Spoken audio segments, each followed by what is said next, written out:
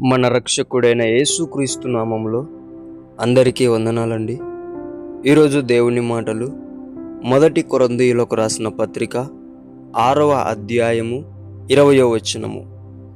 విలువ పెట్టి కొనబడిన వారు గనుక మీ దేహముతో దేవుని మహిమపరచుడి.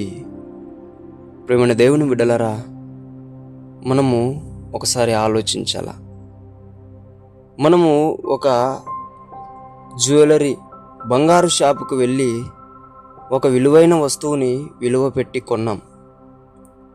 అది లూజ్ ఉండడం వలన ఆ కారణాల చేత అది జాంకులు కూడా జారిపోతూ ఉంటుంది. కానీ మనం ఏం చేస్తాం? జారిపోతుంది ప్రతిసారి అని చెప్పేసి దాన్ని వదిలేయం. ప్రతిసారి జారిపోయినప్పుడల్లా మళ్ళీ వెతికి వెతికి కనుగొంటాం. ప్రేమైన దేవుని బిడ్డలారా, దేవుడు మన కోసం ఆ రక్తము చిందించి మనల్ని విలువ పెట్టి కొన్నాడు. ఈ పాప దేహములను దేవుణ్ణి మహిమపరచడం కోసం కొన్నాడు ఆయన. చూడండి ప్రేమైన దేవుని బిడ్డలారా, ఎన్నిసార్లు నీవు జారిపోయి ఉంటావు, ఎన్నిసార్లు నువ్వు పడిపోయి ఉంటావు.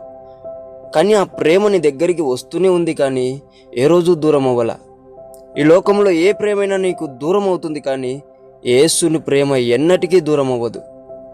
ప్రేమైన దేవుని బిడ్డ, నీవు విలువ పెట్టి కొన్న ఆ బంగారును వెతికి వెతికి పట్టుకుంటావు. ఆ డబ్బు విలువ, ఆ బంగారు విలువ, కానీ రక్తానికి విలువ నీవు ఇవ్వడం లేదు.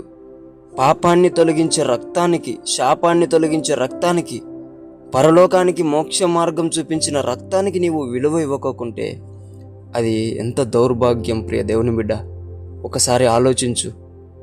ఈసారైనా నిలబడు, దేవుణ్ణి నీ దేహము చేత మహిమపరచు. ఆయన సంతోషిస్తాడు. నీవు ఆ ప్రేమకు వెల కట్టలేవు, కానీ విలువనిచ్చి దేవుని మహిమపరచాలని దేవుని పేట మనవి చేసుకుంటున్నానండి. దేవుడి మాటలు మన జీవితాలలో 30ంతలుగా, 60ంతలుగా, 100ంతలుగా ఫలించునుగాక. ప్రార్థించుకుందాం. యేసయ్యా, మీకు వందనాలయ్యా. గొప్ప దేవుడా, మీకు వందనాలయ్యా.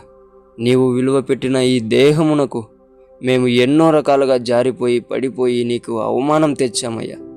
ఇక నుంచి అలాగున ఉండక మేము, నాన్న తండ్రి, నీవు విలువ పెట్టిన ఆ విలువను మేము అర్థం చేసుకొని ఇక నుంచి నీకు విలువనిచ్చి, నీ రక్తమునికి విలువనిచ్చి మేము మా దేహముల చేత నిన్ను మహిమపరిచే బిడ్డలుగా తయారు చేయమని యేసు నామంలో ప్రార్థిస్తున్నాము తండ్రి. ఆమెన్.